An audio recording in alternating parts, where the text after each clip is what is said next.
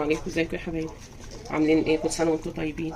هنا الباذنجان، احنا ما بنحبش الباذنجان مقلي، فاحنا بندهن الصاج زيت وبنعمله كده.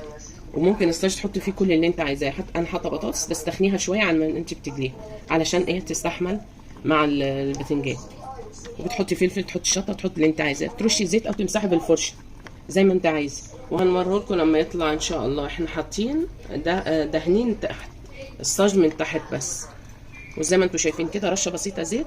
وان شاء الله تشوفوه وهو طالع وتجربوه وتدعوا لنا. ده اقتصادي جدا، وتاكلي باذنجان كل يعني اللي ما بياكلش حاجه مقليه ياكله. وبالهنا والشفا.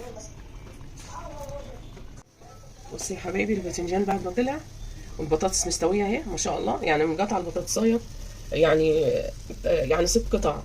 شوف الباذنجان ما شاء الله. يعني البطاطس تكون تخينه شويه، ادخل من انت يعني كانك هتطبخيها. الباذنجان متحمر، والباذنجان متحمر، وحاطه بصل مقطع وفلفل ما شاء الله بالهنا والشفا.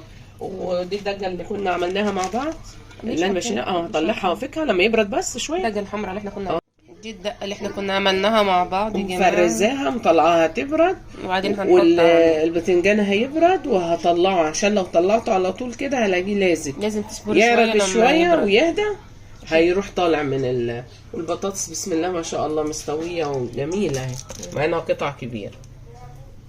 وبالهنا والشفا هعبيه واوريه ان شاء الله.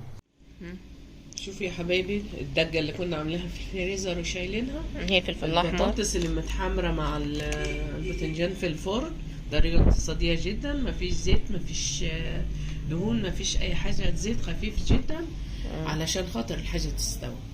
وهي دي الشكل النهائي بتاعه. بألف هنا. انا وصحة، يا رب تجربوها وتدعوا لنا.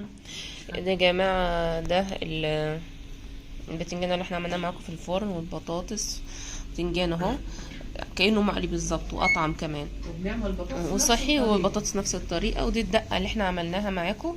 بنعمل البطاطس عادي برضه. وممكن على فكره تحط بطاطس كلها كده حجم معقول، يعني مش كبير قوي ولا صغير قوي، وتدخلها الفرن تطلع تحفه تحفه تحفه تحفه. وما شاء الله دي الدقه اللي احنا عملناها معاكم، الدقه بالفلفل الاحمر تمام. على البارد، اللي هي على البارد من غير نار، يعني بنفرمها يعني مع الثوم. هريسة الشطه بارده. هريسه شطه، بس هريسه الفلفل بس بارده. ما هي هريسة الفلفل بارده. بس. وبألف هنا، ومتنسوش اللايك والشير. يلا سلام، اتمنى يكون كل سنه وانتم طيبين.